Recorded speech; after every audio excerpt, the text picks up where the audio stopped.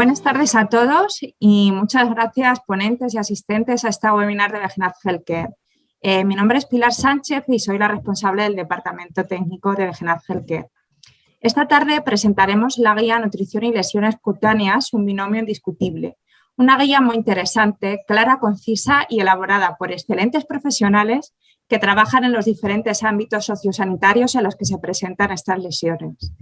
Cada uno de ellos ahora comentarán los capítulos que han trabajado con muchísimo entusiasmo y mimo. Y bueno, pues no les voy a robar más tiempo porque tenemos muchas cosas que contarles. Les dejo con ellos. Espero que sea de su agrado y pueda ser útil para todos ustedes. Cualquier duda la pueden hacer a través del chat y bueno, se contestará al final de toda la webinar. Y si no, pueden dejar su mail y se les contestará a cada uno de ustedes. Directamente tendrán la respuesta. La guía la tendrán disponible para descargar mañana desde nuestra web y, bueno, pues lo dicho, esperamos que sea de su agrado y adelante Pilar Matía como primera ponente y como primera escritora del capítulo 1. ¿Qué tal? Buenas tardes a todos. Muchísimas gracias, Pilar, por tu presentación. Gracias a Vegenac por esta esta sesión tan entusiasta para nosotros. He aprendido muchísimo de los compañeros con los que he trabajado compartiendo conocimientos sobre las heridas cutáneas. Y yo os voy a hablar de algo bastante más general, que es un poco el concepto de la enfermedad en el devenir, ¿no?, de los pacientes mayores, fundamentalmente. Primero, recordar que la desnutrición tiene una definición clara y resulta de un estado que viene sobre todo de la falta de ingesta o la disminución de la absorción de nutrientes. Y esto condiciona una alteración de la composición corporal que también se acompaña de una disminución de la función física y de la función mental. Y esto acarrea un pronóstico clínico empeorado en los pacientes que tienen enfermedad. Digamos que existen varias clasificaciones de la desnutrición. A mí me gusta mucho hablar de la fisiopatología de la desnutrición y esta es una de las últimas clasificaciones que ha hecho las guías de la Sociedad Europea de Nutrición Clínica y Metabolismo, pintando un poco cuál es el panorama que nos podemos encontrar en pacientes que están desnutridos, sobre todo los pacientes que están desnutridos y enfermos. Los pacientes desnutridos y enfermos pueden tener una desnutrición relacionada con la inflamación que puede acompañar a una enfermedad aguda o una enfermedad crónica. Y esto en algunas ocasiones origina la caquexia. Pero también puede haber un tipo de desnutrición relacionado con la enfermedad que no se acompaña de inflamación. Y es la que vemos en algunos pacientes, por ejemplo, con enfermedad de Alzheimer o demencias avanzadas, donde la característica básica es la disminución, sobre todo, de la ingesta calórica. Hay otra desnutrición no relacionada con la enfermedad, que es la que vemos en situaciones sociosanitarias, por ejemplo, pues muy desfavorables, o demográficas, o huelgas de hambre. Y es algo que debemos etiquetar de esta manera porque sí que es verdad que esto nos va a condicionar en gran medida cómo vamos a tratar a los pacientes y qué respuesta clínica vamos a encontrar cuando hagamos nuestras intervenciones. Existen otras clasificaciones, como es la clásica desnutrición proteica, que tenemos el clásico ejemplo del kwashiorkor de los niños no desnutridos cuando no toman prácticamente ninguna proteína. La desnutrición calórica, que es el marasmo en las situaciones más extremas, pero es verdad que lo que más tenemos habitualmente en nuestros pacientes enfermos, y sobre todo pues, adultos mayores, es una desnutrición mixta que se caracteriza sobre todo por pérdida de calorías y también pérdida de proteínas, con inflamación, que es la característica básica. Sabemos que también tenemos que estar atentos a las deficiencias de micronutrientes. Por ejemplo, hay algunos micronutrientes que se han relacionado con alteraciones en el cabello, en la piel, que es nuestro tema de hoy, ¿no? Pero también sabemos que algunas deficiencias de estos que veis aquí marcados con un asterisco tienen que ver con la inmunidad. Y se ha visto en algunos estudios observacionales que la deficiencia de estos nutrientes puede acarrear alteraciones en esta parte tan importante, que también es importante durante el envejecimiento y que lleva a que a veces pues, puede haber alteraciones, infecciones con más frecuencia, que es de particular importancia en pacientes que tienen heridas, ¿no?, lesiones cutáneas. También sabemos hoy en día que una de las características que acompañan el envejecimiento es la sarcopenia y la fragilidad. Y ya en estas guías de Espen que os comentaba, se ha puesto sobre la mesa junto con otras alteraciones que tienen que ver con la nutrición. Y ahí aparece como algo importante que tenemos que aprender a detectar y que además sabemos que también se acompaña de mucho riesgo de tener heridas cutáneas, por ejemplo. Hay algunos estudios que nos dicen cómo es la epidemiología de la desnutrición en nuestro medio. Por ejemplo, este es el estudio DREAM más 65 que se hizo en la Comunidad de Madrid valorando con el MNA, que es una herramienta que ahora veréis un poquito más adelante en uno de los capítulos que presenta la compañera, valorando cómo era la desnutrición en diferentes contextos clínicos de los pacientes mayores, ¿no? En general, la media de desnutrición, tanto pasando un MNA completo como un MNA en la parte de screening, se rondaba el 10%, con una prevalencia mayor, por supuesto, en los pacientes que estaban en los hospitales o que estaban en alguna residencia. Y eso es fácil de entender. Pero también es verdad que tenemos datos de los pacientes hospitalizados. Este es el estudio PREVISIOS que ya se publicó en el año 2011, cuando se hizo, 2012 la primera publicación, y lo que nos pintó fue por primera vez cómo era la desnutrición en nuestro país. 1 de cada 4 pacientes hospitalizados tienen ya desnutrición. Se utilizó una herramienta que realmente es un cribado, que es el Nutritional Risk Study en 2002, y como veis, pues de forma global, un 25% casi tenían desnutrición, pero como podéis ver en la diapositiva, casi un 50% de los pacientes podían estar desnutridos al alta cuando tenían más allá de 85 años. Fijaos, un panorama tan devastador.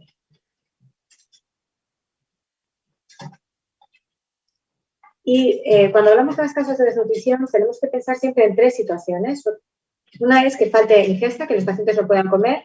La segunda circunstancia es que exista una mala absorción de nutrientes. Y la tercera es que exista un aumento de los requerimientos.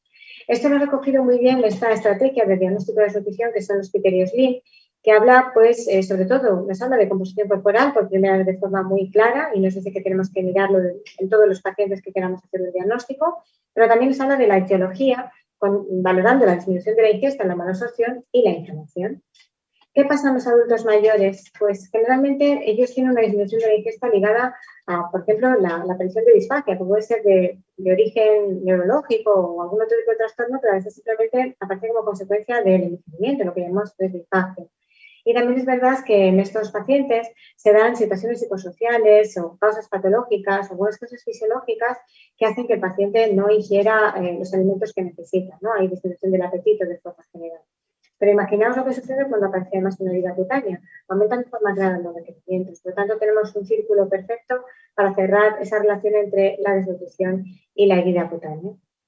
Hay más consecuencias de la desnutrición, se ha estudiado en grandes poblaciones, se está estudiando cada día más y se sabe que la desnutrición tiene mucha relación con la movilidad, con la cicatrización de las heridas, con la aparición de infecciones, con la aparición de complicaciones en diferentes procesos.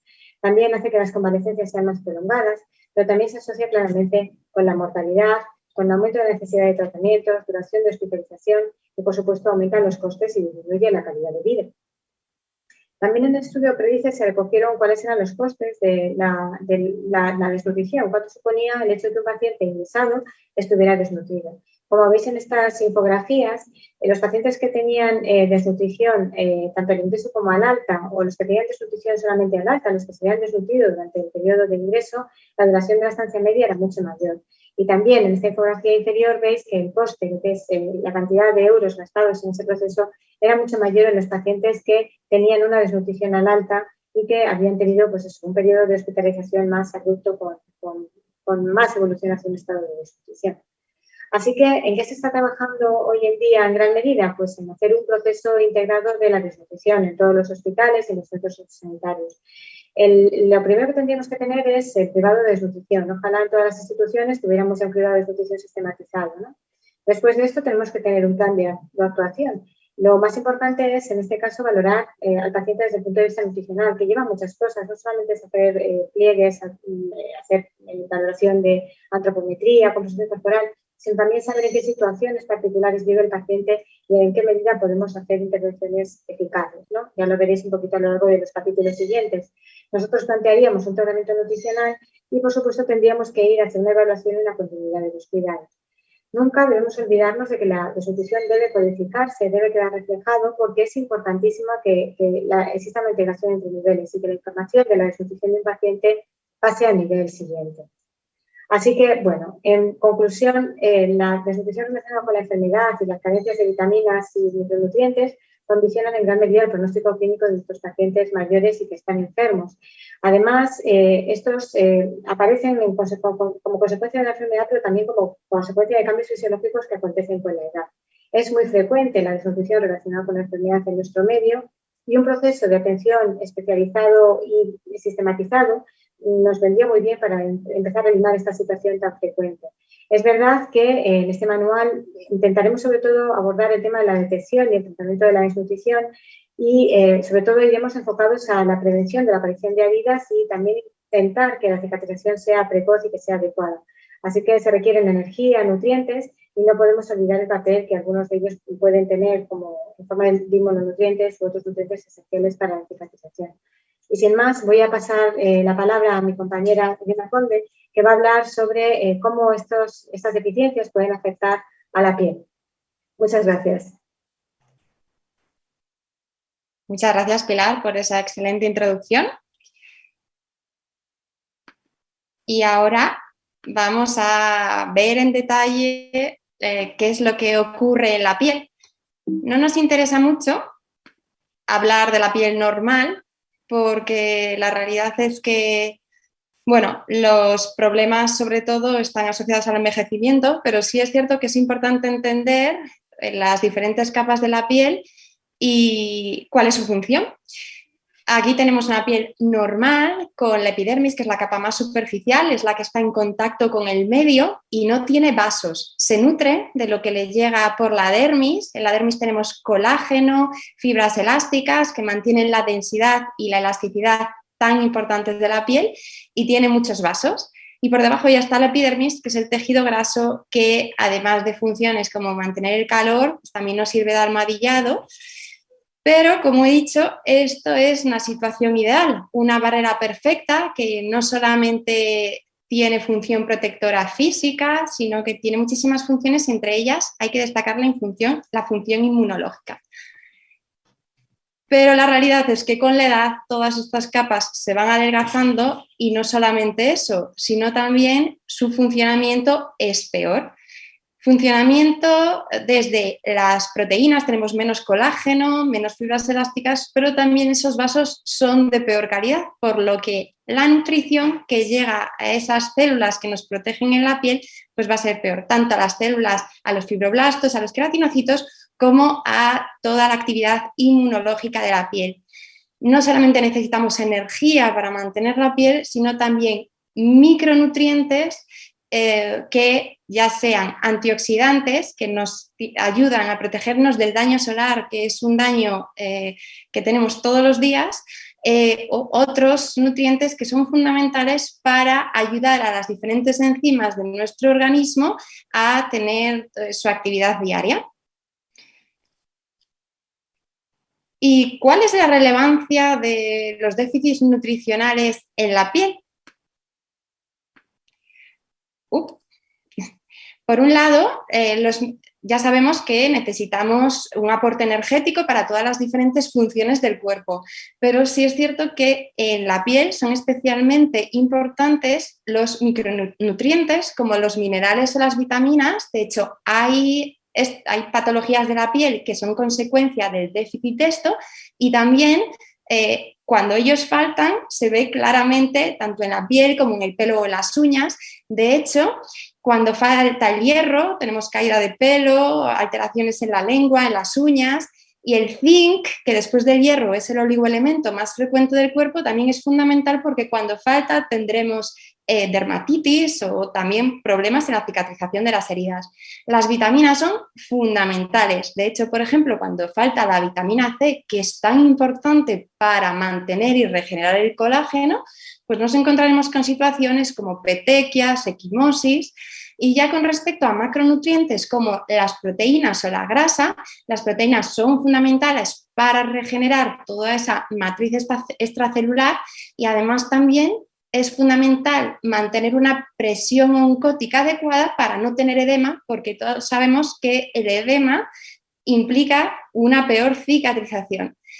Y la grasa, además de ser un almohadillado muy importante, pues la verdad es que es un vehículo para diferentes vitaminas liposolubles, como puede ser la vitamina A o la vitamina D, y todavía no está muy claro, pero puede ser que los ácidos grasos esenciales tengan un papel relevante en procesos tan importantes como la inflamación y la cicatrización de las heridas.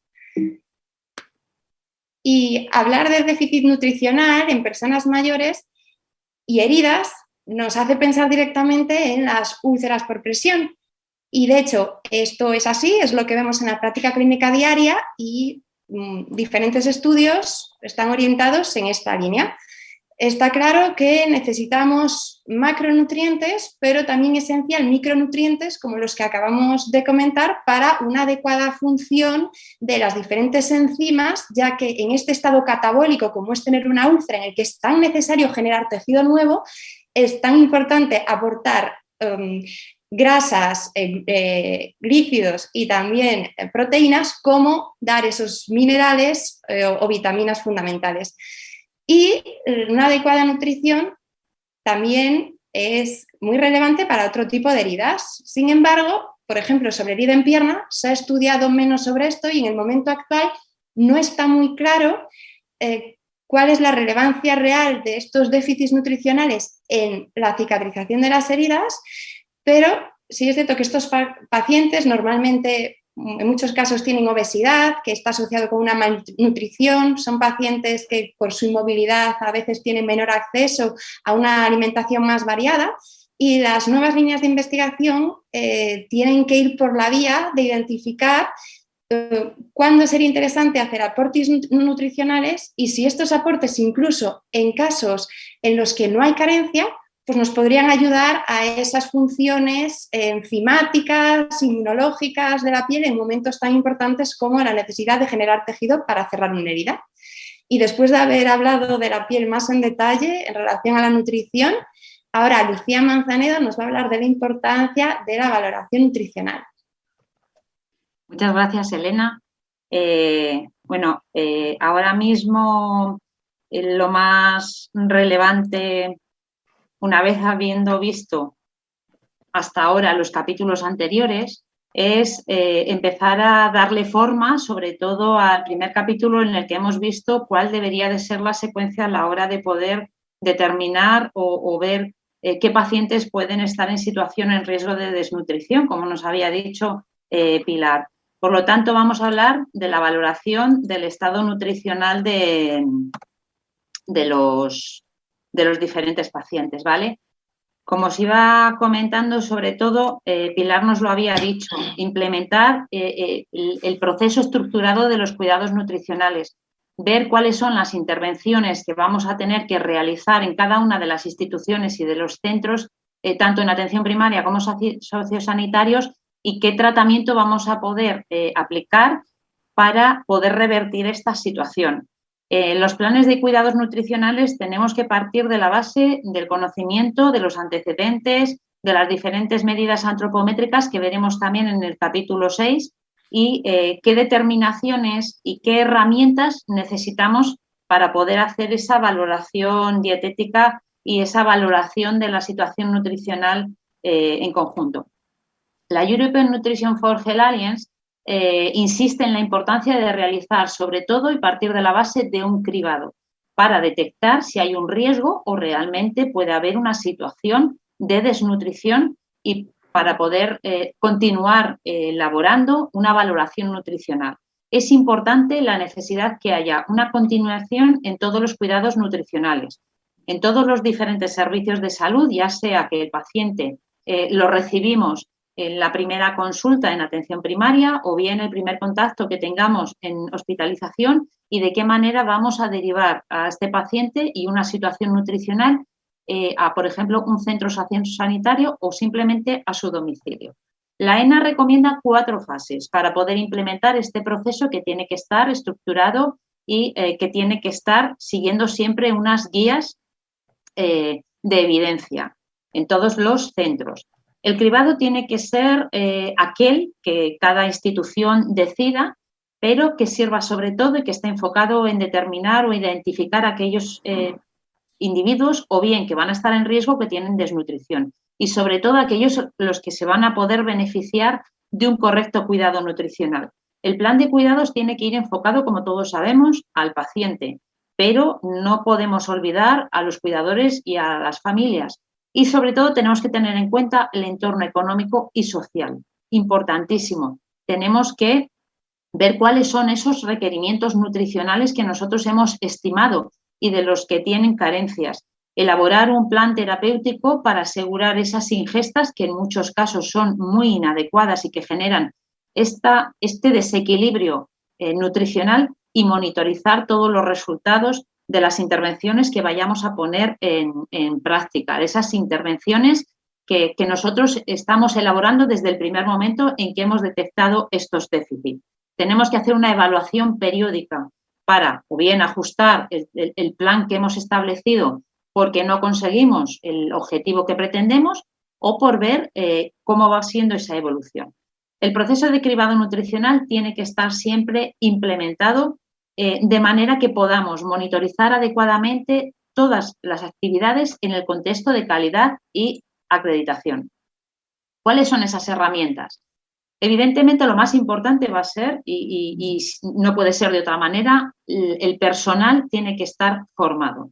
Todo el personal que va a actuar y que va a intervenir tiene que tener una formación al respecto, una formación en cuanto a qué cribado es el que vamos a utilizar, por qué lo estamos utilizando y qué resultados vamos a obtener. Conforme a esos resultados tendremos que hacer una posterior valoración nutricional para que el equipo multidisciplinar pueda establecer un tratamiento, una solución a ese problema que hemos detectado. Hay que monitorizar y registrar todas las intervenciones. Todo aquello que no se monitoriza, que no se registra, es como si no hubiera existido. Y evaluar esos resultados de cara a posteriormente ver qué hemos hecho bien y qué hemos hecho mal. Pero ¿por qué es importante realizar este cribado nutricional? Tenemos que conocer en qué condiciones nos llegan los pacientes. En esa primera toma de contacto, ¿qué es lo que estamos viendo? Hemos determinado cuál es el cribado en cada una de las organizaciones y tenemos que ver cuáles son esos resultados. Principalmente, el cribado que creemos que se ajusta más por el perfil de paciente es la escala MNA, como antes nos había comentado Pilar, que quizás es muy directo y muy breve y muy simple para el paciente geriátrico, un paciente pluripatológico, frágil, el que a veces nos cuesta bastante llegar a tener toda esa información. Hemos visto el cribado y tenemos que ver cuál es el resultado. Un resultado positivo nos va a llevar directamente a hacer una valoración nutricional. Esta valoración nutricional, estas intervenciones nos van a dar un resultado. Ese resultado puede ser positivo otra vez y tendremos que replantear muchas de las acciones y de las cosas que estamos haciendo que quizás no sean las que van a dar solución a este problema. Y por otro lado, puede ser que hayamos intervenido de una manera eficaz y el resultado sea negativo. ¿Qué ocurre si este cribado nosotros lo pasamos y vemos que, bueno, pues que aparentemente nuestro paciente viene en unas condiciones bastante aceptables? No podemos dejarlo ahí. Tendremos que reevaluar también una vez viendo que este resultado es negativo porque no sabemos en qué circunstancias podemos caer en ese riesgo. No tenemos que olvidar que muchos de los pacientes se nos desnutren dentro del hospital. El objetivo para realizar esta valoración nutricional siempre va a ser obtener una información objetiva de aquellos pacientes de los que podamos sospechar o que bien veamos sinceramente y a simple vista que están desnutridos y tendremos lógicamente que elaborar un plan terapéutico. ESPEN sugiere sobre todo que prestemos atención a cosas como muy sencillas, pérdidas de peso involuntarias en los últimos meses, ingestas calóricas que son insuficientes, donde hay una pérdida de grasa subcutánea, pérdida masa, pérdida magra, aparición de edemas y una disminución en la capacidad funcional de estos individuos. Si la valoración nutricional nos va a indicar que el paciente está desnutrido, tendremos que proceder a tomar esas medidas que nos van a paliar y a resolver esta situación nutricional que hemos detectado. ¿Y cómo vamos a hacerlo? En toda recogida de datos siempre vamos a tener en cuenta unos antecedentes, una historia clínica, una historia farmacológica y sobre todo en el paciente anciano tendremos que hacer una valoración integral geriátrica. Más tarde vamos a cumplimentar, como veremos en el capítulo 6, cuáles son las medidas antropométricas, cuáles son las determinaciones analíticas imprescindibles para cumplimentar todos estos datos y hacer unas valoraciones dietéticas o bien con métodos prospectivos, una vez que hayamos determinado que el paciente requiere una intervención, ver durante 72 horas qué es lo que realmente está causando esta baja ingesta o qué porcentaje de ingesta está reduciendo para haber detectado esa pérdida de peso o estas características peculiares que nos hemos ido encontrando. Y por otro lado, el recordatorio de 24 horas, donde aparte de preguntar al paciente si realmente tiene un coeficiente, dijéramos, cognitivo adecuado, o si no, a la familia o a los cuidadores, qué es lo que comen en su casa, cómo lo elaboran y cómo lo preparan. Resumiendo, podremos decir que lo principal va a ser hacer una valoración inicial. En las primeras 24 o 48 horas habremos pasado ese cribado nutricional y haremos esa valoración si ha sido positiva. El plan de cuidado siempre tiene que ser personalizado e individualizado. Veremos que tendremos que calcular cuáles son los requerimientos que va a necesitar para paliar y para resolver esta situación, el control y el registro de las ingestas y esos recordatorios de 24 horas. Tendremos primero que saber también qué situación tenemos en nuestros centros, cómo funcionan las cocinas, qué podemos aportar y cómo podemos enriquecer esos menús. Daremos un consejo dietético, cómo elaborar la comida, cómo hacer que podamos aprovechar esos nutrientes y poder hacer una educación posterior. Si todo esto va a revertir los requerimientos y va a solucionar nuestra situación, adelante, pero seguiremos siempre reevaluando. ¿Qué ocurre cuando hemos visto que a pesar de todas estas intervenciones no somos capaces de resolver el problema? Pues tendremos que recurrir a una serie de suplementación nutricional. Aún así, tendremos que reevaluar, ver si con esta suplementación estamos consiguiendo nuestro objetivo. Si hay una adherencia y todo va fenomenal, tendremos que seguir reevaluando, sin olvidar que podemos volver a caer en situación en la que sea necesario volver a actuar. Y si no, tendremos que recurrir ya a una nutrición enteral, donde tendremos que valorar si la situación, si el aparato digestivo es funcionante, iremos a través de una sonda nasogástrica, de una gastrostomía, y si por el contrario vemos que el aparato digestivo no funciona, no podemos contar con él, recurriremos ya a una nutrición parenteral. Y como conclusión, diremos que es necesario que se implementen los protocolos para que se cumplan estas detecciones de la desnutrición en los pacientes, que las guías insisten en que se tienen que realizar estos cribados de manera estandarizada, donde se tiene que incluir la valoración nutricional y un tratamiento inmediato, desde el momento del ingreso, desde la primera toma de contacto hasta el alta y en todos los ámbitos sanitarios. Las estrategias que vamos a desarrollar para esa intervención nutricional tienen que estar coordinadas con todos los diferentes niveles asistenciales para garantizar esta continuidad de cuidados.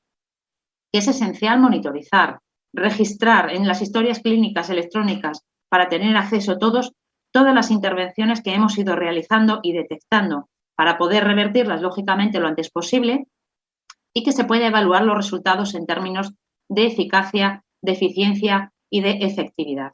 En el siguiente capítulo, Virginia Maceteras nos va a hablar sobre la situación en la que se encuentran nutricionalmente los pacientes mayores.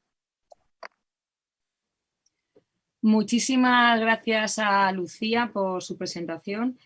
Buenas tardes a todos. En primer lugar, daros las gracias a todos los asistentes por estar aquí esta tarde compartiendo con nosotros esta webinar. En primer lugar, también agradecer a DGNAT, en concreto a Pilar Sánchez, por su ayuda y su estímulo a la hora de realizar esta guía y, por supuesto, a todos mis compañeros, ejemplo de trabajo y dedicación y que, bueno, con los que he aprendido muchísimo de cada uno en todas las reuniones que hemos tenido y con la realización de esta guía. Yo como geriatra voy a abordar un poquito pues, pues el estado nutricional del paciente anciano y su importancia en cuanto a la patología en la piel. Esa será un poquito nuestra ruta de viaje. Y bueno, pues sin más dilación, sabemos que la desnutrición,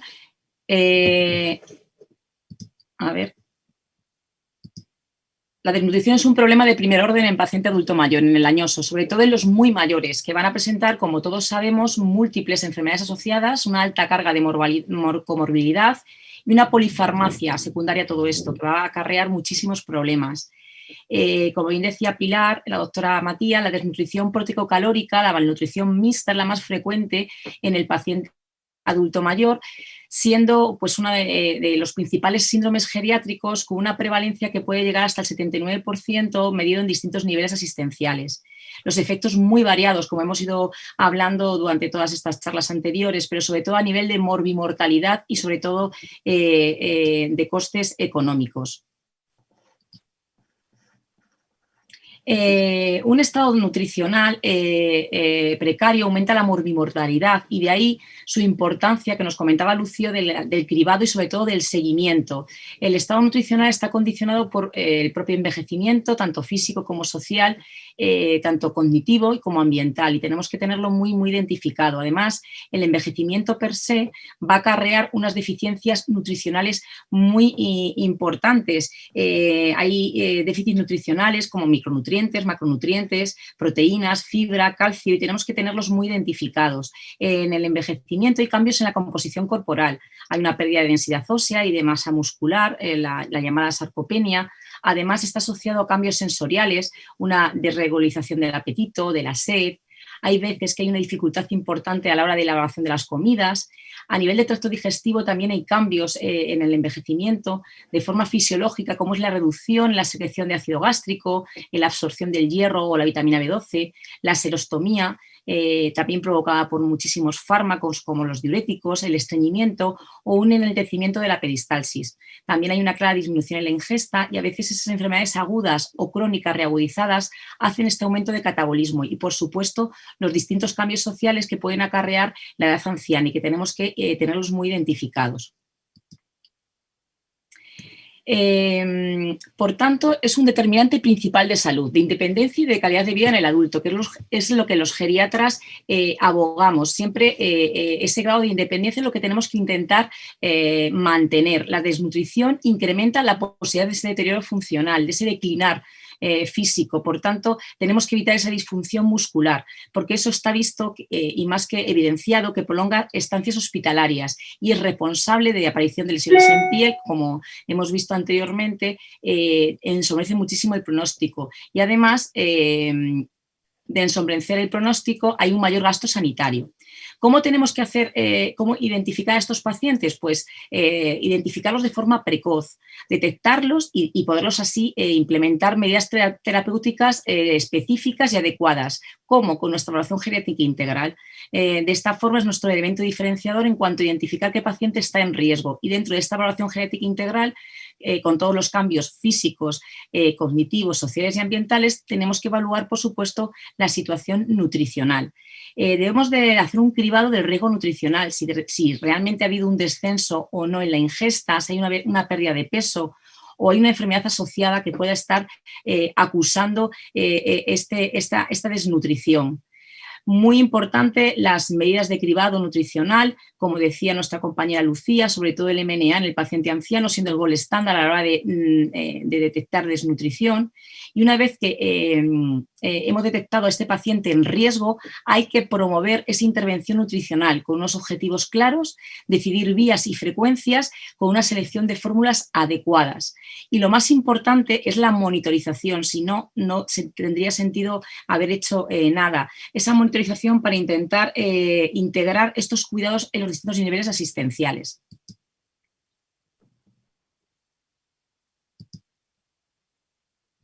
Muy importante en el paciente anciano esa pérdida de peso y detectarla, porque en el envejecimiento aparecen situaciones múltiples en las que el paciente anciano pierde peso, caquexias, anorexias, sarcopenias, estados de hipermetabolismo o hipercatabolismo, y tenemos que identificarlos muy bien, porque hay veces que pueden ser pérdidas de peso por el propio envejecimiento y otras veces enmascarar otras causas médicas, psicológicas y sociales. Por tanto, cuando tenemos que en el paciente anciano identificar trastornos nutricionales, debemos de observar si existe o no malnutrición, viendo si existe una disminución de peso relacionado con la inanición, si hay una caquepsia o una malnutrición asociada a enfermedad, o identificar aquel paciente frágil, aquel paciente que presenta un gran riesgo de discapacidad. Identificar sarcopenia, que la sarcopenia no es más que pues un cambio degenerativo tanto en fuerza como en masa muscular, pero masa muscular esquelética. Tenemos que identificar qué pacientes están en riesgo para implementar estas estrategias de cuidado. Debemos de identificar cuáles son las alteraciones en los distintos micronutrientes y también identificar qué paciente se encuentra en estado de sobrenutrición, ya sea por sobrepeso o por obesidad, que suelen ser aumentos de peso de masa grasa y no masa muscular, que es la que queremos.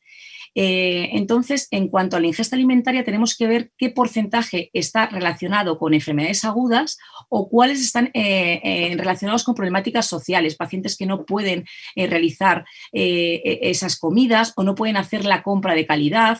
Tenemos que identificar, como hemos dicho anteriormente, esta pérdida de masa y de fuerza muscular, bien puede ser fisiológica, relacionada con el declinar de la edad, pero también tenemos que identificar cuál es la sarcopenia secundaria a procesos patológicos y también identificar caquepsias, esos estados inflamatorios asociados a enfermedades crónicas que puedan estar agudizando esta desnutrición.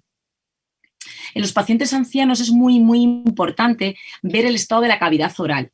Sabemos que deficiencias en las funciones masticatorias por mala dentadura o piezas dentarias precarias o dentaduras mal ajustadas, serostomías, como decíamos anteriormente, influyen mucho a la hora de elegir alimento, limitar el tipo y la cantidad, sobre todo porque a veces lo que intentan eludir es el proceso de la masticación.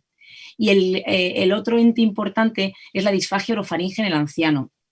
Hay que intentar detectarla de forma precoz, porque la disfagia, como todos sabemos, es la dificultad o la imposibilidad de llevar de forma segura el bolo alimentario de la boca al esófago, y eso conlleva un problema deleterio con mucha alta mortalidad, y son las neumonías broncoaspirativas. Se considera un gran síndrome geriátrico, acarrea muchísimas comorbilidades, complicaciones respiratorias, discapacidad, deterioro funcional y desnutrición. De ahí su importancia a la hora de poder detectarla. ¿Qué aboga la Organización Mundial de la Salud? Pues una dieta mediterránea. Hablamos de la dieta mediterránea porque protege de forma importante en cuanto a riesgo cardiovascular. Se ha visto la reducción del síndrome metabólico, de diabetes mellitus o algunos tipos de procesos oncológicos, y porque esa dieta mediterránea revierte el paciente frágil. Está muy evidenciado de forma amplia en la geriatría que en paciente frágil, cuando abogamos por este tipo de dieta, mejoramos el estado funcional del paciente. Hablamos de una ingesta proteica de entre 1,2 hasta 1,5 gramos por kilo de peso día. Y cuando el paciente se encuentra en riesgo nutricional o desnutrición, una vez que hemos adaptado la dieta habitual, a veces es necesario la suplementación oral o artificial, según cada paciente. No se nos debe olvidar jamás que las dietas van siempre al paciente y que intentamos evitar las dietas restrictivas, porque a veces en el paciente anciano arrastra dietas restrictivas por las distintas comorbilidades y eso hace que incremente el riesgo de desnutrición. Y además, siempre preguntar al paciente por sus preferencias. Cuando tenemos un paciente con una ingesta alimentaria normal, pero un grado de desnutrición leve o moderado, siempre debemos dar esas recomendaciones dietéticas en cuanto a fruta, oligoelementos, etc. Intentar enriquecer la dieta con esos consejos nutricionales y reevaluar de forma precoz, en aproximadamente un mes. Pero cuando en el grado de desnutrición aquí encontramos una gravedad, se debe de dar ya una suplementación oral y reevaluar en 15 días. Sin embargo, si la ingesta alimentaria está por encima del 50% y el riesgo de desnutrición es leve o moderado, intentamos hacer lo mismo, pero en 15 días, si el paciente no ha presentado una mejoría, debemos de dar una suplementación oral. Pero cuando la desnutrición es grave, directamente, aparte de la suplementación oral, si en una semana no ha mejorado, se aboga por pautar nutrición enteral si fuera necesario.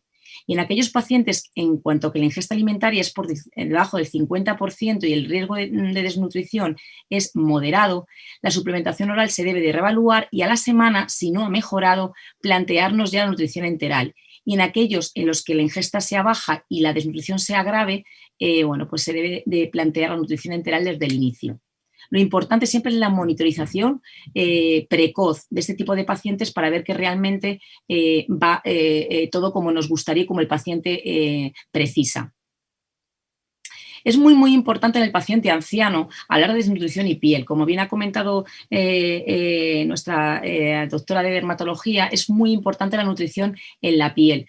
Ya se aboga por las guías ESPEN, en el que habla que para evitar estas úlceras por presión se prevé utilización de suplemento oral con alto contenido proteico para así reducirlo con un grado de evidencia alto. Sin embargo, cuando lo que queremos es mejorar la cicatrización, también hablan de nutrición enteral, ya sea oral o nutrición por sonda, para mejorar esa cicatrización como grado de evidencia C. Siempre se van a intentar utilizar fórmulas ricas en zinc, en vitamina C, A y en carotenoides. Y también una reseña de la inmunonutrición. hemos ido viendo a lo largo de todos estos últimos años en que la función inmunitaria es súper importante en cuanto a aumento de morbimortalidad. Entonces se habla de que utilizando una inmunonutrición rica en proteínas, en energía y en nutrientes como aminoácidos esenciales como arginina, glutamina, ácidos grasos, vitamina A, E, C y betacarotenos, hemos encontrado que sobre todo en tipos de pacientes con fracturas de cadera, pacientes en UCI o cirugías oncológicas, se ha visto una reducción en cuanto a infecciones posoperatorias y estancias medias. Se aboga por nutrición oral o por sonda si fuera necesaria. A modo de resumen, es muy importante, por tanto, identificar qué paciente anciano está en riesgo. Ya no solamente identificar qué paciente presenta pérdida de peso asociado a su edad, sino aquellos procesos agudos o crónicos reagudizados que están provocando esa inflamación de forma crónica y hacen pérdida de peso involuntaria. Muy importante identificar al paciente frágil con sarcopenia, que va a provocar una discapacidad, identificar alteraciones sensoriales, diugesias, disnosmías, serostomías, patologías que no están controladas como dolores crónicos.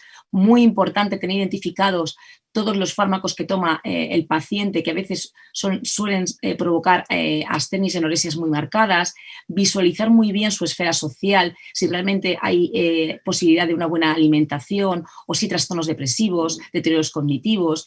Y una vez que hemos hecho esta evaluación geriátrica exhaustiva con ese cribaje sistemático en este tipo de pacientes, debemos de hacer esta intervención nutricional, pero siempre acompañado con un programa de ejercicio físico. Es fundamental en paciente frágil. Intervención nutricional y ejercicio físico son los dos pilares fundamentales. Debemos de dar ese consejo dietético, optimizar la dieta en función de las preferencias de cada paciente e intentar evitar esas dietas restrictivas que nuestros pacientes van a acarrear a veces más riesgo que beneficios. Y en función de esos requerimientos no cubiertos y según el tracto digestivo, si es funcionante o no, debemos de promover esas estrategias terapéuticas nutricionales adecuadas para cada paciente, según tenga su posibilidad de vía oral o no. Y también tener muy en cuenta los dilemas éticos y la calidad de vida de cada paciente, siempre todo consensuado con el paciente y, por supuesto, con su familiar o con su cuidador. A modo de resumen, debemos detectar de forma precoz los pacientes en riesgo de desnutrición o desnutridos, sobre todo en paciente anciano, y así implementar de forma temprana tratamientos apropiados. Debemos de utilizar esa intervención nutricional variada e individualizada dentro de la evaluación genética integral, que comprenda, como hemos comentado, aspectos médicos, sociales y funcionales. Se debe intentar adaptar la dieta en todo momento a los gustos y costumbres del paciente, considerando la opción de la suplementación cuando la dieta de forma aislada no vaya a cubrir esos requerimientos nutricionales, y siempre individualizando según distintas comorbilidades, si existe disfagia, según texturas y preferencias. Se debe optimizar la dieta hospitalaria y establecer medidas de soporte nutricional a través de la vía que sea la más idónea y plantear en muchas patologías, como hemos dicho antes, la inmunonutrición. Una vez implementada esta intervención nutricional, se debe de llevar a cabo evaluaciones de seguimiento para tener bien estandarizado la mejoría o no de este tipo de pacientes. Y sin más, vamos a continuar con nuestra compañera Nuria, que va a hablar sobre la nutrición en pacientes ya con patología cutánea propiamente dicha, abogado por la evidencia clínica. Muchísimas gracias. Bien, muchas gracias, Virginia. Muchas gracias a todos los oyentes por estar ahí detrás de este día y dar las gracias a Begenat por dar esta oportunidad de hacer esta guía, un documento tan práctico y ofrecernos concentrado en un pequeñito dossier, uno de los principios y objetivos que realmente hemos tenido muy presente a la realización de esta guía es que se haga práctico. Y de esta manera yo he intentado hacer con este capítulo, de una manera práctica, mostrar un poco las evidencias científicas que hay en este mundo de la nutrición y las lesiones cutáneas para evitar esa temida variabilidad que existe y que además sea también un documento que pueda implantarse tanto a nivel hospitalario como a nivel comunitario o de la atención primaria y sociosanitario. Bien, mi capítulo consiste en este índice Un poco presentamos la evidencia, las guías y niveles de recomendación que nos ofrecen dos de las guías que ahora os voy a presentar, la importancia de elaborar una historia clínica, por qué se insiste tanto, ¿no?, en la literatura, en las fuentes, que tenemos que realizar esta historia clínica tan importante. El cribado, ¿no? Ya hemos hablado en los anteriores capítulos, pero es que también en las guías nos dicen que es importantísimo realizarlo. El estado nutricional con una valoración nutricional, la derivación y las interconsultas, es decir, es súper importante tener una coordinación interdisciplinar con diferentes disciplinas, y así este es uno de los objetivos de esta guía, ¿no? Aquí aparece una médico endocrino, una médico geriatra, estamos las enfermeras, que somos las que recibimos a los pacientes en los ingresos, y yo creo que en ese sentido, una médico dermatóloga obviamente nos va a guiar en esa afectación, ¿no?, que pueden tener los pacientes que no tienen una normonutrición. Además, el abordaje de la prevención y tratamiento que nos cuentan estas guías nos evidencian ciertas actitudes que tenemos que seguir, el abordaje de esta prevención y tratamiento y las últimas recomendaciones que nos ofrecen. Estas son las dos guías en las que yo personalmente me he apoyado. Creo que son dos guías en las que nos hablan de los niveles de evidencia y de alguna manera nos podemos apoyar para evitar esta variabilidad y que cada uno vayamos un poco por nuestro lado. Esta es la guía de valoración y manejo de las lesiones por presión para equipos interprofesionales, y esta guía, que es de los 3 paneles de expertos que tenemos en el tratamiento de las heridas, en la que tenemos una guía de consulta rápida que para mí me ha ofrecido y nos hace ver rápidamente aquellos digamos, cuidados que tenemos que realizar y aquellas evidencias importantes que tenemos que considerar. Entonces, la elaboración clínica, está claro que los miembros del equipo que atienden a ese paciente la tienen que realizar. También deben de realizar una valoración psicosocial siempre al ingreso, cuando haya cambios significativos y de forma regular. Y esto nos va a dar lugar a que, de alguna manera, realicemos ese cribado, ¿no? Todos los pacientes con lesiones por presión se les debe de hacer una evaluación, ¿no?, del riesgo de esta desnutrición. Este es un poco el mismo esquema que hemos venido atendiendo con las compañeras, y que es la única herramienta fiable es seguir, digamos, unas formas de actitudes donde realmente nos guíen y donde realmente pues, nos tenemos que centrar. Esto nos lo ha comentado en el capítulo 3 ya Lucía, y importante cuando el paciente ya está con nosotros, nos da igual si es un paciente nuevo en un domicilio, o es un paciente que nos llega a la consulta, o si es un paciente en el hospital, o si es un paciente que llega a una residencia. La evidencia nos dice que en las primeras 72 horas hay que hacer una exploración inicial y empezar ya a realizar todo este cribado y toda esta valoración nutricional. Antes del cumplimiento de las 72 horas es, digamos, la parte que tenemos que considerar para ponernos realmente a desarrollar todos los cuidados entre todo el equipo. Y es la enfermera quien realmente pues, está ahí, y para ello en esta guía vamos ofreciendo los pasos que debe de seguir para que esto se produzca y esa temida pérdida de peso y esa temida desnutrición que alarga la estancia y alarga los costes, como bien nos ha comentado Pilar Matía, pues no se produzca. Bien. La valoración nutricional se podrá saber si hay desnutrición o no la hay, en los pacientes si van a requerir suplementos nutricionales o no. La desnutrición también va a predisponer a quienes sufren lesiones por presión, y hay que tener en cuenta factores que pueden contribuir a esta desnutrición, como bien nos ha comentado Virginia en esta webinar. Podemos encontrar los problemas de masticar, de tragar, el nivel de independencia de la alimentación, la disfunción cognitiva, y también el nivel de actividad y los problemas dentales. Además, en esta guía nos insisten a que debemos de conseguir que las derivaciones interconsultas sean las necesarias para planificar y coordinar un plan de cuidados en esos pacientes que tienen lesiones por presión y que no sabemos qué nivel nutricional tienen. Además, también vamos a tener que realizar un desarrollo de un plan de cuidados e implantarlo con los objetivos oportunos en cada situación y incorporando objetivos siempre consensuados entre el paciente, sus cuidadores y el equipo interprofesional.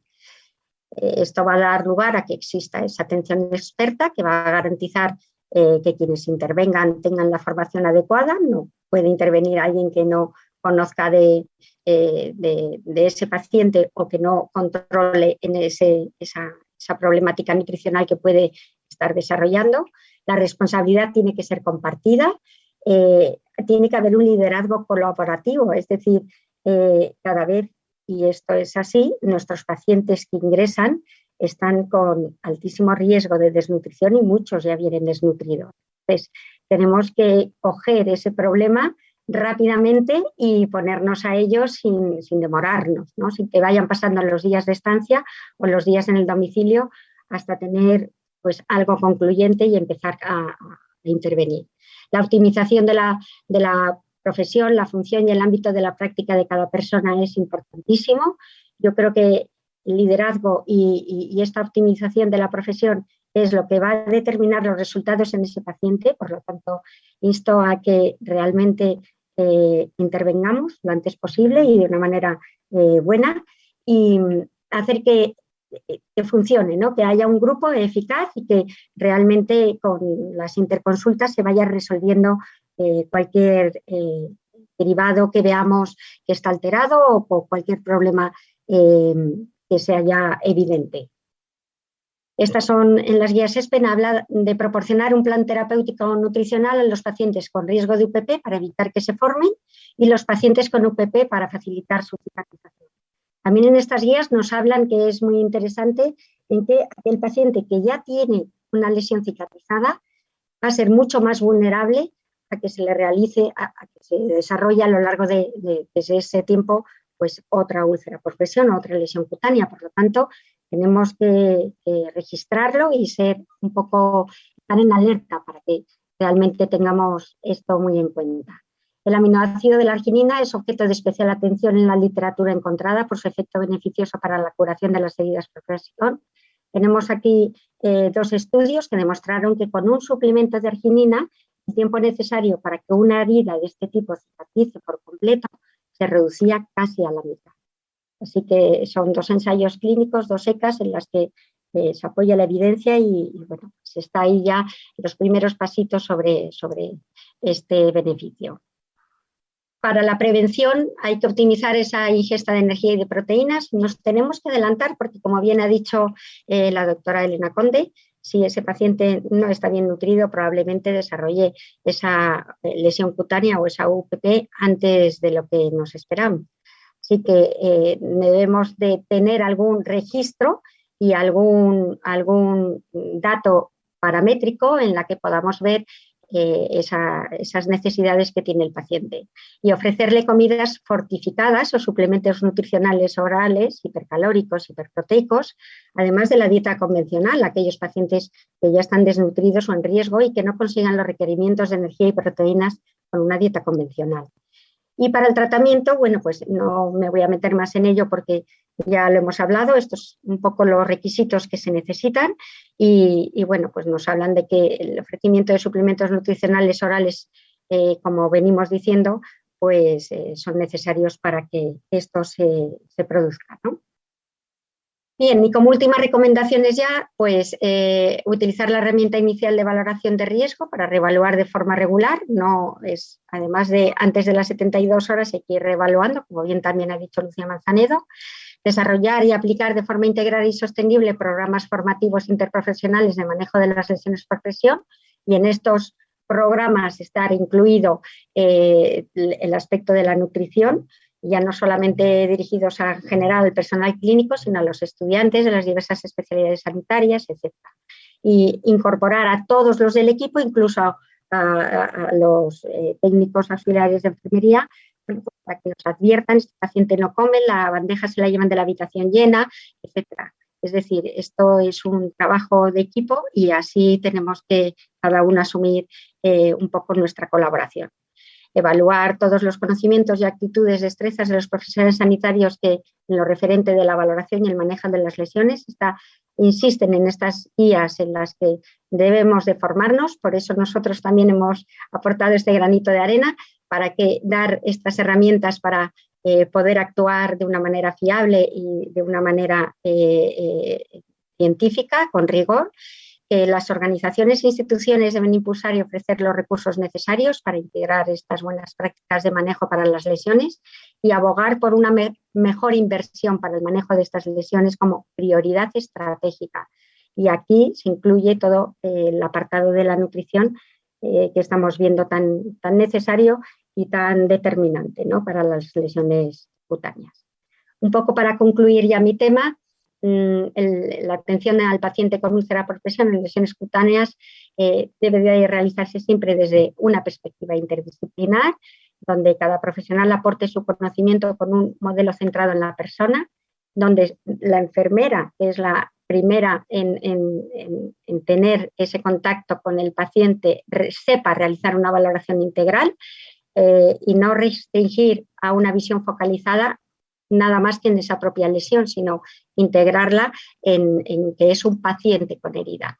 Y además tener en cuenta que los factores como la nutrición van a ser determinantes, tanto para la prevención como para el tratamiento, que la malnutrición y la desnutrición de estos pacientes que sufren lesiones y muchos de ellos heridas de difícil cicatrización no se alarguen el tiempo y que se produzca ese confort lo antes posible, porque hay una buena incorporación de estos profesionales a ese tratamiento y a esa prevención. Bien, bueno, pues dar las gracias y paso a que Lucía Manzanedo nos hable un poco de las herramientas de monitorización de las lesiones cutáneas y luego tengo que volver a intervenir a contar una pequeña cosa. Gracias.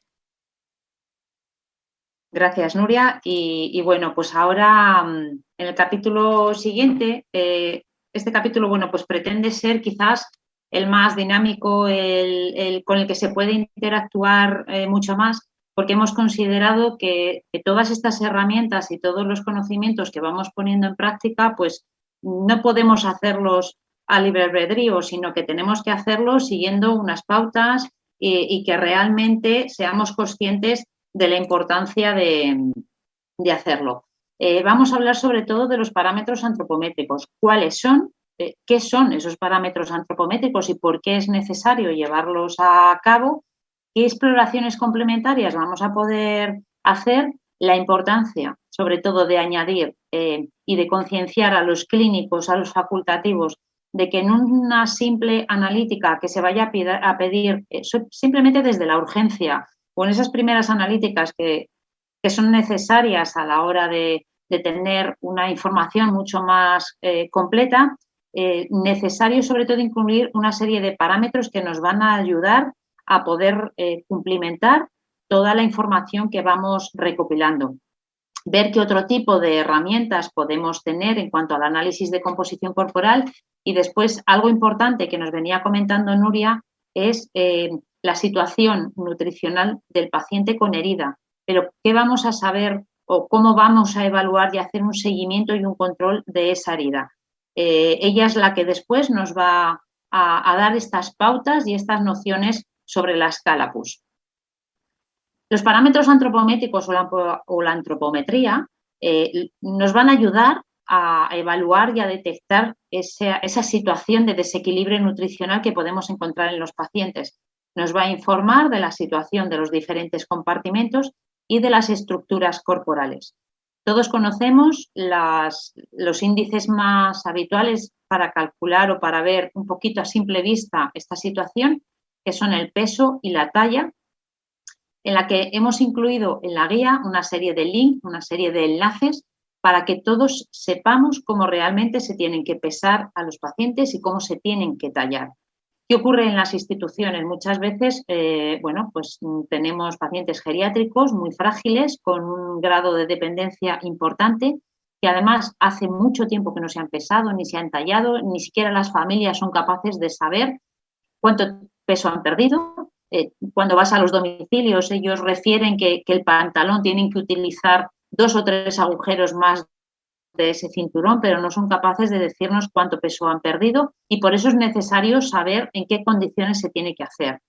Como os decía, hemos incluido varios enlaces de manera que todos podamos hacerlos de manera consensuada.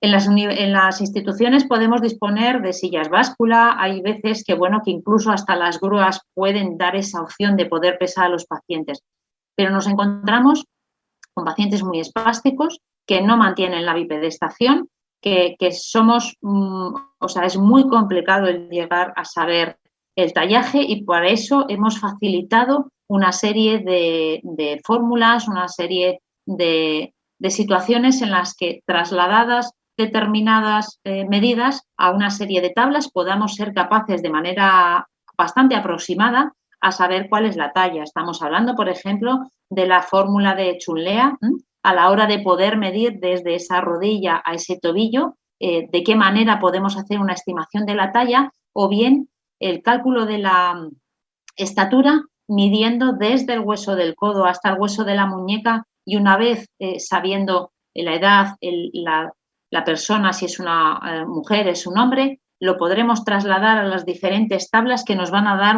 una talla bastante aproximada. Una vez que tenemos el índice de masa corporal, lógicamente vamos a intentar trasladarlo y poder clasificar la situación nutricional del paciente. Tenemos que diferenciar que el paciente adulto tiene características que no tienen a veces nada que ver con el paciente anciano, por su situación, por su propio envejecimiento. Y la ESPEN propone como criterio de desnutrición el índice de masa corporal menor a 22. Si somos conscientes de que en las personas adultas consideramos un índice de masa corporal, pues andaría menos de 18,5, en los ancianos debemos de considerar que este índice de masa corporal tiene que ser más alto, unido además a esa pérdida de musculatura, esa pérdida de sarcopenia, que es lo que nos ha estado comentando la doctora Mazoteras en el capítulo 4. Por ello, tenemos que seguir una serie de instrucciones y ver qué tipo de paciente es el que tenemos delante. ¿Qué otros perímetros corporales van a darnos información de la que estamos buscando? La circunferencia abdominal. La circunferencia abdominal es un buen indicador, sobre todo para valorar esa grasa visceral, y además lo podemos tomar como pronóstico para calcular ese riesgo cardiovascular, que es muy diferente tanto en las mujeres como en los hombres, y en los que hemos facilitado un enlace para que veamos cómo se puede hacer esa medida de la circunferencia abdominal en los puntos exactos y claves. Por otro lado, también contamos con el índice de la circunferencia braquial, y sobre todo, y muy enfocado al paciente geriátrico, las medidas que podemos obtener a través de la circunferencia de la pantorrilla, indistintamente de la edad, pero sí como un factor de predicción de desnutrición en el paciente anciano. En cuanto a los pliegues cutáneos, vamos a también obtener una información como va a ser la grasa corporal y las reservas de energía que vamos a poder leer de esa medición de los pliegues que además también vamos a poder consultar y ver de qué manera o qué es lo que realmente nosotros vamos a detectar a la hora de poder hacerlos. ¿Cuáles son los pliegues cutáneos más característicos? ¿Qué más información nos va a dar? Pues el pliegue bicipital, el tricipital y el subescapular. Pero también contamos con otra serie de herramientas que nos van a dar esa información del análisis de la composición corporal. La dinamometría y calorimetría nos va a informar de la fuerza muscular. A menor fuerza muscular, sabéis que, como nos ha comentado la doctora Mazoteras, en el propio proceso de envejecimiento y esa pérdida de masa muscular va a ser un poquito, dijéramos, el detonante a la hora de ver el grado de desnutrición que puede presentar el paciente. La impedanciometría o bioimpedancia es un método que nos va a aportar esa proporción de agua corporal y de masa libre grasa que tenemos del paciente. Otra de las herramientas que podemos utilizar es la absorciometría, que nos va a evaluar la situación del estado proteico y energético y ver un poco los 3 compartimentos que nos van a dar esa visión muscular, grasa y de masa magra que va a tener el paciente. Unido a todo ello, no podemos olvidar la información que vamos a poder tener a través de los diferentes parámetros analíticos nutricionales. Nos va a complementar esa valoración nutricional porque va a permitir evaluar sobre todo la presencia de comorbilidades que sean relevantes, comorbilidades con enfermedades como son la diabetes, la insuficiencia renal. También nos va a dar un poquito la visión de esa situación de inflamación que puede presentar el paciente relacionada con la desnutrición en cuanto a que vamos a necesitar saber qué PCR. Vamos a detectar diferentes situaciones de carencias tanto de vitaminas como de diferentes minerales. Y los parámetros que todos deberíamos de conocer y de incluir como son la albúmina, la prealbúmina, la proteína ligada al retinol, la transferrina, como esas proteínas viscerales, los linfocitos y el colesterol plasmático. Llegado a este punto, para conocer ese seguimiento o esa evolución de las úlceras o de las lesiones, contamos con una herramienta como la escala PUS, que realmente, bueno, pues es Nuria la que nos va a poder facilitar y transmitir toda esta información y cómo hacerla de manera correcta. Paso a Nuria para que ella nos pueda dar ese tipo de información. Gracias, Lucía.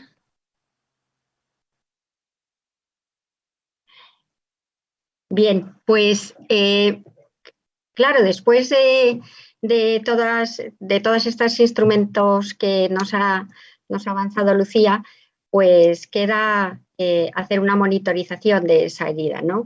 Desde 1996 el panel de expertos estadounidense de la NIPIAP, que todos conocemos, la National Pressure Ulcer Advisory Panel, validó un instrumento que es la escala PUS. La escala PUS es el acrónimo de Pressure Ulcer Scale for Healing, para poder registrar de una manera fácil y fiable el proceso de cicatrización durante el tiempo que permanece esa úlcera por presión. Entonces, hay más herramientas, pero se ha escogido esta herramienta porque es la más conocida al figurar en muchos de los registros de historia clínica digital que tenemos ahora mismo en los hospitales, ¿no? Y también en atención primaria y supongo que en algunas residencias sociosanitarias también. Importante utilizar de manera correcta la fotografía que luego nos va a ir contando el último autor, David Pérez Barreno, para el seguimiento del cuidado. Entonces, ambas cosas son, yo creo que unas herramientas bastante fiables en las que, bueno, las tenemos y vamos a utilizarlas para ver si una vez que hemos detectado esa desnutrición en ese paciente con herida, pues necesitamos ver el progreso, ¿no? No solamente con fotografía, sino con esta escala que está ya validada y que la tenemos al alcance. Bien, esta escala PUS tiene 3 parámetros: longitud por anchura, en la que se otorga una puntuación según ese resultado medido. Ya veis que va del 0 al 10. La cantidad de exudado y el tipo de tejido. Bien, la longitud por anchura, ya os he comentado que hay 10, se puede puntuar de 0 a 10, dependiendo de ese resultado que estamos midiendo. Estas son las reglas milimetradas que deberíamos de tener todos en el bolsillo del pijama o cerca del carro de curas para poder realizar esa fotografía. La cantidad de exudado y el tipo de tejido. Bien, en este tipo de tejido me voy a parar para realmente estimar a qué llamamos tejido necrótico. Hay 4 variables: el tejido epitelial, el tejido de granulación, el tejido de esfacelos y el tejido necrótico. Es importante que todos tengamos un poco, de una manera armónica entre todos. El tejido necrótico es cuando existe esa placa necrótica, que ya todos conocemos, ¿de acuerdo? Y tiene una zona negra, es un tejido negro, y bueno, pues en ese sentido vamos a dar una puntuación de las más altas. El tejido de esfacelos también es una puntuación alta, es un tejido que ya no tiene una placa necrótica, pero se ve que es un tejido desvitalizado en lo que nos encontramos. Luego está el tejido de granulación, es un tejido rojo, ya no tiene ese aspecto negruzco ni amarillento que presentaban las otras lesiones. Y el tejido epitelial es un tejido que ya empieza a verse toda la capa dérmica, es un tejido casi que está en vías de desarrollo a su cierre final, y estas son las puntuaciones que vamos a dar.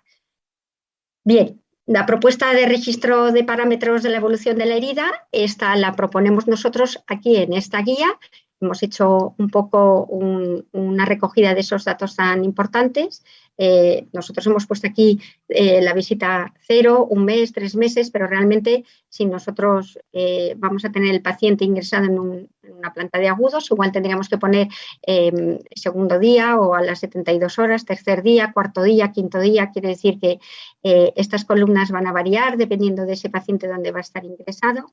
Y bueno, pues un poco recoger para futuras investigaciones pues estos datos que venimos contando a lo largo de toda esta guía, que os lo vais a encontrar de una manera muy fácil y muy práctica, pues dónde está localizada esa herida, qué escala PUS tiene en ese momento, en esa visita o en esa atención que estamos haciendo, la puntuación del estado nutricional, si hemos hecho un MNA, el peso, el índice de masa corporal, la tensión arterial, si estamos hablando también de lesiones a lo mejor en miembros inferiores, con una patología vascular, una glucemia que mínimo, ¿no? Cuando muchos de estos pacientes que presentan heridas tienen un proceso de cicatrización muy complicado y muy dificultoso porque tienen una glucemia que está pues, muy alterada, en cifras muy altas. Entonces, bueno, pues es importante bajar esa glucemia si queremos que esa herida evolucione lo mejor posible. Bueno, pues en la recogida de datos de todo esto que ha contado también Lucía, de todos los parámetros bioquímicos, de albúmina, proteínas totales, linfocitos, colesterol, transferina, etc. Bien, es decir, concluimos un poco este tema entre las dos que hemos mostrado de manera práctica cómo hacer un seguimiento con estas herramientas, con estos recursos. Es importante dar valor a esos resultados. No es fiable cuando hablamos de manera subjetiva, no, va mejor, bueno, va mejor, pero preséntame algún dato concreto y algún dato objetivo donde yo me pueda apoyar y realmente verificar que esa herida va mejor. Es útil tener siempre presente ese seguimiento certero de la evolución de la herida. La escala PUS es una de las escalas, hay muchas más, repito, pero al estar en estos registros de historia clínica, pues vamos a apoyarnos con ella, una tira métrica y la fotografía. Y estas herramientas, pues podemos llegar a tener ese seguimiento riguroso que necesitamos y lograr que esos datos pues, sean recogidos y podamos realmente seguir avanzando en futuras investigaciones. Bien, pues sin más reparo voy a pasar a David para que nos cuente un poquito qué tenemos que tener en cuenta a la hora de hacer el seguimiento fotográfico a estas lesiones. Bueno, pues muy buenas a todos. Muchas gracias por compartir pues, esta tarde y este ratillo con nosotros y sobre todo por compartir con nosotros pues, la ilusión, ¿no?, de presentaros este documento. Primero de todo, pues agradecer a Begenat Healthcare y el grupo NutriSense pues la apuesta que ha tomado, ¿no?, con respecto a esta temática, la sensibilidad que tenemos los profesionales de la salud con respecto a la nutrición en los pacientes con heridas, pues va creciendo, y ya no solo pacientes con heridas, sino cualquier tipo de asistencia sanitaria ya sea quirúrgica o cualquier tipo de asistencia hospitalaria o domiciliaria, pues cada vez más nos estamos dando cuenta de realmente la importancia, ¿no?, que tiene la nutrición en todo lo que es otro cuidado más del paciente, ¿no? Y de hecho, una buena gestión de la nutrición del paciente, incluso con antelación a intervenciones quirúrgicas o ingresos y demás, pues demuestra ampliamente los beneficios, ¿no? Cuando realmente se ha tenido un buen control de todo esto, pues lógicamente están dando pues, muy buenos resultados, ¿no? A fin de cuentas. Entonces, bueno, en esta guía, sobre todo, pues, también agradecer a todas las compañeras con las que he compartido tantas reuniones, porque he aprendido muchísimo del tema de la nutrición. Es algo que yo ya conocía su importancia, pero gracias al trabajo conjunto, pues he aprendido muchísimo más. O sea que os recomiendo totalmente que leáis detenidamente la guía, porque la verdad es que es una guía que considero que va a tener mucho valor, que está aportando mucho para que todos los profesionales que manejamos pacientes pues estemos más sensibilizados, ¿no?, con el tema de la importancia de la nutrición. Después de todo esto, lógicamente, es importante objetivar los resultados ante las acciones que tomamos, ¿no? Acciones clínicas, pues lo mismo que, como bien decía Lucía, podemos objetivar lo que son las medidas antropométricas, que van a ser, dentro de lo que cabe, dentro del el tema de la nutrición, van a ser unas medidas bastante directas con vista al efecto del tratamiento o del aporte nutricional que estamos dando a ese paciente, ¿no? Esa importancia que tiene la nutrición en el estado general del paciente y la respuesta que va a tener ante cualquier agresión. Pues, por otra parte, también va a ser importante el hecho de, en el caso del que el paciente pues, presente algún tipo de herida, pues saber o tener la capacidad de objetivar, de poder medir con herramientas fiables lo que es la evolución, ¿no? Porque sabemos que en el momento que se controlan todos los factores que intervienen en la producción de una herida, pues la herida va a evolucionar bien, ¿no? Y una de las mejores formas de medirla pues, es con herramientas validadas, como bien ha comentado Nuria, tenemos múltiples escalas para poder medir la evolución de lo que son las lesiones y dentro de lo que es mi tema, pues quiero ahondar en lo que es la importancia de la fotografía. ¿Por qué? Porque, como ya bien se dijo hace mucho tiempo, una imagen vale más que 1000 palabras y por muy bien que queramos definir una imagen, no nos va a dar tanta información como ver la imagen en sí, ¿no? Entonces, la importancia del manejo de la fotografía, que no deja de ser un documento clínico,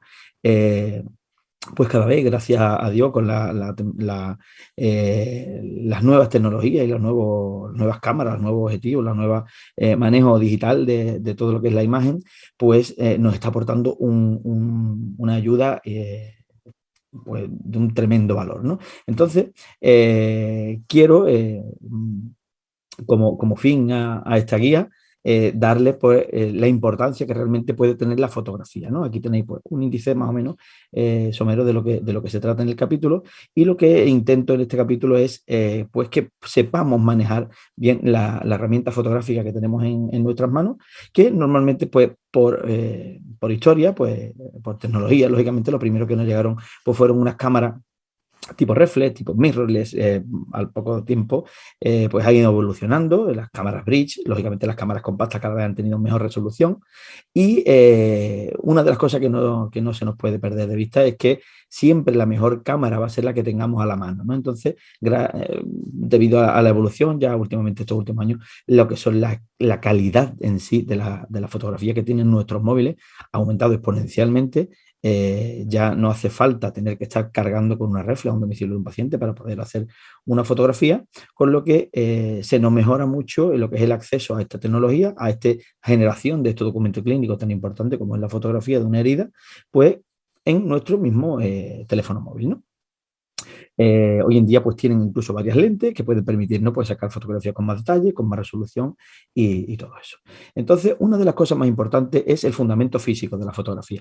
La fotografía se basa en la obtención de la luz reflejada en un objeto. Y eso antes se plasmaba en una película fotográfica, y hoy en día se digitaliza por unos sensores especiales, de manera que la forma en la que llega la luz al objeto, la forma en que esa fuente de luz va a incidir en el objeto, pues nos va a pues, condicionar la luz que recibimos o el reflejo que recibimos en nuestra cámara, ¿no? Ya sea una película o ya sea un sensor digital. Entonces, una de las cosas que tenemos que tener en cuenta es que la iluminación es muy importante. Una de las cosas que no se nos puede pasar es que dependiendo del lugar desde donde venga la luz, pues el reflejo va a ser de una forma o va a ser de otra. De manera que si hacemos una iluminación frontal emitida desde la misma zona, desde donde está el sensor de la cámara, el rebote va a ser paralelo totalmente y nos va a provocar pocas sombras. De manera que en el momento en que empezamos a mover hacia lateral o hacia la zona superior la fuente de luz, nos va en heridas de relativa profundidad, nos va a provocar o nos va a producir sombras dentro de la lesión, de manera que vamos a perder pues calidad en la imagen. Otra de las cosas muy importantes es la absorción que hace por los colores, ¿no? Quiere decir, en el momento que una luz es una luz completa, es una luz blanca con todas las frecuencias, pues tenemos la riqueza de que nos va a dar una luz reflejada acorde realmente a los colores que tiene el objeto fotograficado. ¿Qué es lo que pasa? Que en el momento que la luz ya no es blanca, sino que tiende a moverse en las frecuencias diferentes que puede dar diferentes tipos de luz, como puede ser la luz de una vela o la luz de una bombilla de tungsteno o una luz LED, o una luz de día o una luz nublada, o una luz de un día nublado, pues lógicamente van a ser diferentes. ¿Qué es lo que pasa? Que ya la luz reflejada va a ser diferente, con lo que la coloración de ese objeto va a modificarse. De manera que una de las mejores maneras que tenemos de controlar esa luz, esa calidez de la luz, que se mide normalmente en Kelvin, pues va a ser el grado de blanco existente en una fotografía, ¿no? Entonces, gracias a eso, podemos calibrar lo que se llama el balance de blanco, de manera que siempre vamos a tener una coloración pues lo más cercana a la realidad. Aquí vemos diferentes iluminaciones, cómo pueden cambiar totalmente el aspecto del lecho de una herida, ¿no? Dependiendo si es una luz pues más cálida o más fría. Y eso, lógicamente, es algo muy importante y algo que tenemos que tener en cuenta a la hora de saber iluminar una fotografía. Siempre vamos a intentar pues, que sea, a ser posible, una luz natural, que pueda ser directamente, pues, por ejemplo, desde una fuente de luz natural, como puede ser una ventana, siempre procurando, lógicamente, que no sea una luz directa, que no sea una luz dura, de manera que no provoque sombras, ¿no? En el caso de que tengamos que medir, pues, que hacerlas con un flash, pues intentaremos siempre, dentro de la medida de lo posible, pues que esa luz no sea una luz, como comentamos, una luz dura, sino que podamos difuminarla de alguna forma, ¿no? Y haciéndola rebotar, pues a lo mejor o con un papel, de manera que esa luz pueda salir un poco más difusa, pero que siga siendo desde un enfoque frontal, ¿no? Siempre es aconsejable utilizar, si no sabemos manejar bien un instrumento de fotografía, ya puede ser una cámara fotográfica como un móvil, lo ideal siempre es utilizar modos automáticos, ¿no? Entonces, siempre es importante que sepamos por lo menos pues, cómo funciona la fotografía.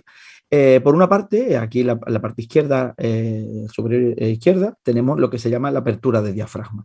El diafragma, pues, son un conjunto de láminas que al modificar su posición lo que hace es disminuir o aumentar la entrada de luz. ¿Qué es lo que hace esto también? Pues esto hace que en el momento que esa entrada de luz disminuye, hace que el enfoque sea mejor en múltiples profundidades y en el momento que abrimos esa apertura de diafragma, que lo hacemos más grande, hacemos que la profundidad de campo pierda, de manera que vamos a enfocar cosas cercanas, pero se van a desenfocar cosas lejanas, ¿no? Entonces, eso tenemos que jugar con el equilibrio de la apertura del diafragma con vista a que todas las partes de una herida nos aparezcan enfocadas. Además de eso, tenemos lo que es la velocidad de obturación, que es el tiempo que se abre esa cortinilla para que pase la luz. ¿Qué es lo que va a pasar? Que en zonas donde haya poca iluminación, esa velocidad de obturación tendrá que ser menor para dejar la máxima luz posible, ¿no? Entonces, por eso la importancia de que haya una buena iluminación. ¿Por qué? Porque en el momento que cerramos el diafragma y la velocidad de obturación es pequeña, hace que entre menos luz y tenemos peligro de que exista una trepidación. ¿Qué es una trepidación? Pues el hecho de que salga lo que se le llama una foto movida.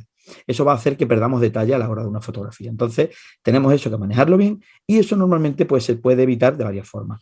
En el caso de que tengamos posibilidad de hacer una buena iluminación del campo, pues haremos una buena iluminación y en el caso de que no podamos, pues tendremos que hacer que la cámara permanezca estable, ya sea mediante un trípode o mediante un apoyo en un lugar fijo, para que esa trepidación se minimice de manera que no se pierda lo que es la calidad de la resolución, ¿no? de la imagen, y no perdamos detalle.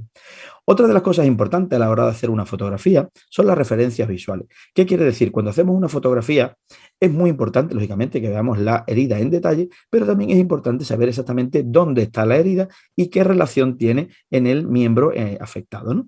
Otra de las cosas también importante a la hora de hacer una serie de imágenes es siempre mantener el mismo encuadre. ¿Por qué? Porque no es lo mismo valorar la evolución de una herida cuando hacemos fotografías con diferentes encuadres, diferentes inclinaciones, que si siempre intentamos mantener la misma zona desde donde se toma la fotografía. Así es mucho más fácil apreciar realmente la evolución.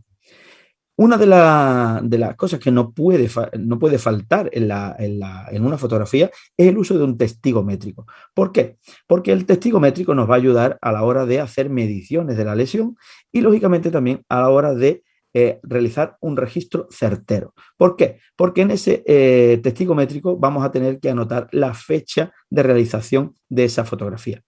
Desconfiad siempre, por norma, de las fotografías que se sobrepone digitalmente una fecha o que se ponen en el pie de imagen. ¿Por qué? Porque siempre pueden inducir a error, aunque sea la fecha que tiene la cámara de fotos. Porque muchas veces pues, la cámara se desconfigura, eso no se comprueba y lo más válido en este caso es que esa misma persona que toma la fotografía manualmente ponga la fecha en la que se toma.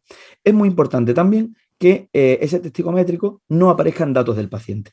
A nivel de privacidad, puede ser tanto las siglas como el nombre completo, como cualquier número de historia, puede ser fácilmente trazable de manera que se puede llegar a saber de quién es la foto, ¿no? Entonces, una de las mejores formas que hay es tener una base de datos paralela donde los pacientes los numeramos con una numeración propia que nosotros solamente conocemos, de manera que aunque esas fotos se publiquen, pues nunca se va a tener acceso a lo que es la identidad del paciente, ¿no? Que es una cosa muy importante.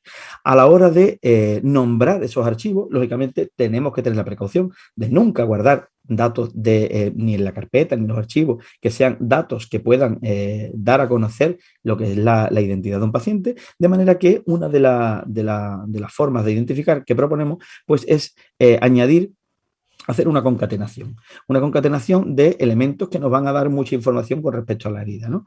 De manera que en la primera van a ser los dígitos que usemos para identificar al paciente, ya pueden ser numéricos o alfanuméricos, que nos van a dar un número mucho más amplio, poner año, mes y día, y además poner la zona de donde se toma la lesión y la foto de ese día, ¿no? Cuántas fotos se han tomado de esa lesión, de ese paciente en ese día concreto. Con lo que de esta forma estamos haciendo que gracias a esta nomenclatura del sistema de archivos a nivel de organización de fotográfica, nos puede ayudar mucho más a la hora de hacer una evolución y, lógicamente, también preservar la privacidad del paciente.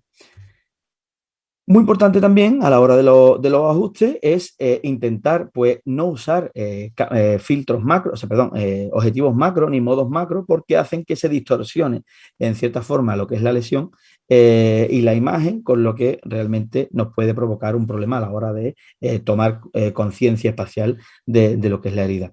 Lógicamente, no usar ningún tipo de filtro. En los móviles, lógicamente, sabéis que tenemos muchas posibilidades a la hora de hacer una fotografía. Entonces, los filtros están totalmente contraindicados. La inteligencia artificial que vais a ver que aparece en muchos móviles, de manera que es el mismo móvil el que de alguna manera reconoce el objeto que se está fotografiando y carga unos preajustes de manera que va a modificar el color, va a modificar la temperatura, va a modificar muchos parámetros de la fotografía, pues eso puede hacer que por diferentes interpretaciones de la imagen se tomen en diferentes días una foto con diferentes ajustes, de manera que eso nos pueda entorpecer lo que es la valoración. Aquí os he puesto un cuadro que lo podéis encontrar en internet de muchos tipos, de manera que nos indica pues qué efectos tenemos en la fotografía cuando abrimos o cerramos diafragma, cuando modificamos la velocidad de obturación y cuando modificamos el ISO. El ISO no es otra cosa que la sensibilidad de la antigua, lo que era la película fotográfica. Cuanto mayor es el ISO, mayor sensibilidad va a tener la fotografía, o sea, menos luz necesita para hacer una fotografía con buena iluminación. Una de las cosas que siempre se nos plantean, además, es el tipo de archivo en el que deberíamos tener la fotografía.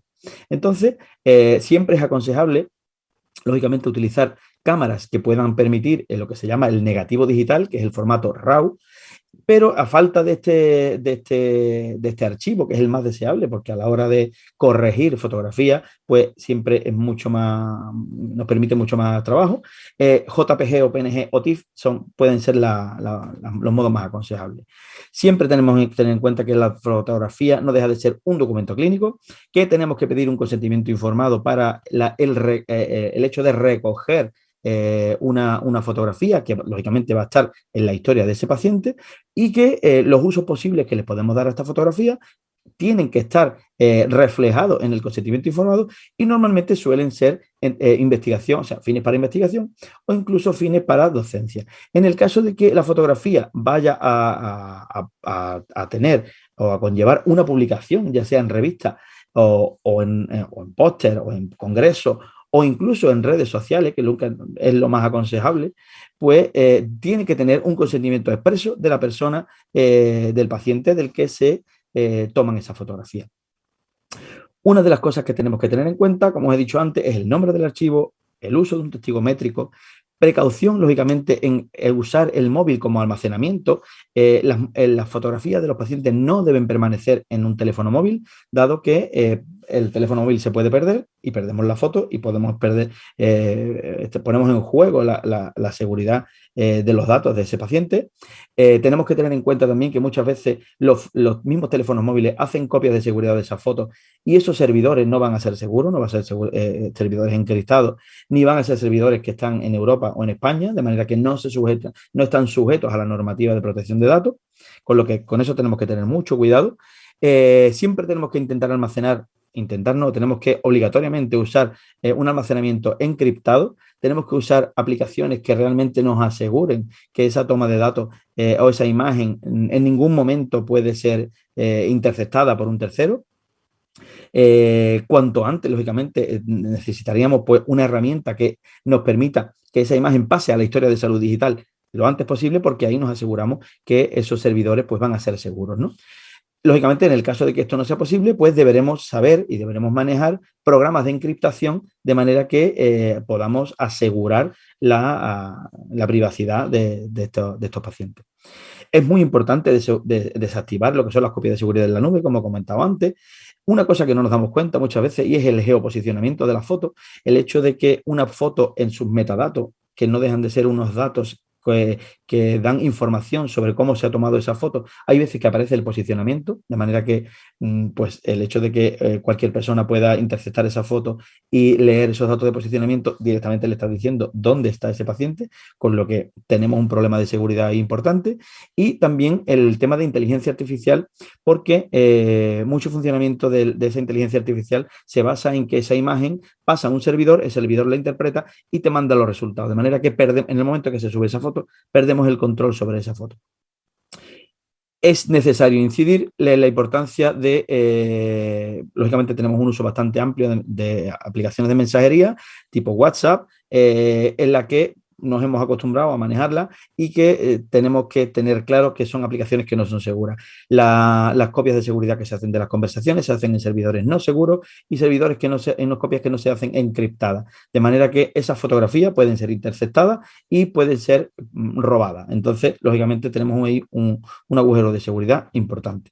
Como conclusión, pues comentaros que la fotografía clínica de herida está infrautilizada. Tened en cuenta que ahora mismo tenemos, como digo un poco más abajo, la potencialidad que tiene la inteligencia artificial y el machine learning, de manera que el hecho de que metamos en una máquina de redes neuronales esa fotografía puede hacernos aprender mucho, puede hacernos, y de hecho ya hay artículos muy importantes que han sido publicados recientemente, de manera que por un análisis por machine learning, inteligencia artificial, de una serie de fotografías asociadas a datos clínicos, nos puede facilitar el hecho de producir o de llegar a conclusiones con respecto a manejo de herida, ¿no? De manera que nos puede decir pues, que ante tal acción hay un porcentaje X de que suceda esto, ¿no? De que haya mejoría o de que haya empeoramiento de la herida, con lo que tenemos una herramienta muy importante en nuestras manos que nos va a servir de mucho en un futuro y que tenemos que saber hacerla correctamente, y no es otra que la fotografía.